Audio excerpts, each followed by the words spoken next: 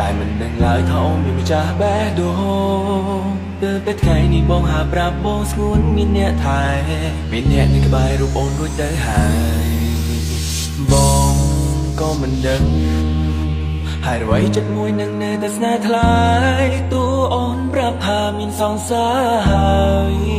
ក៏ចិត្តនៅតែស្រឡាញ់ខ្ញុំទើបទៅដឹងថាគេមានសង្សារស្រឡាញ់គ្នាពីពេលណាខ្ញុំមិនដឹងឡើយដឹងត្រឹមថាពេលនេះខ្ញុំស្នេហ៍គេហើយដល់ចិត្តមិនរួចទេ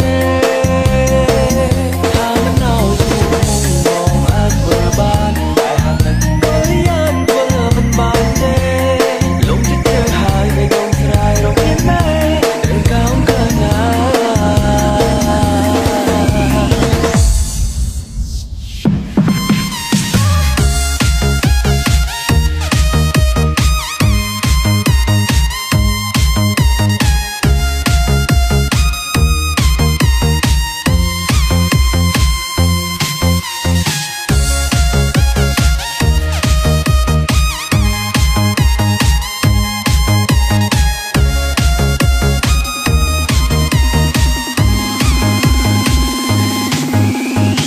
Welcome to the private team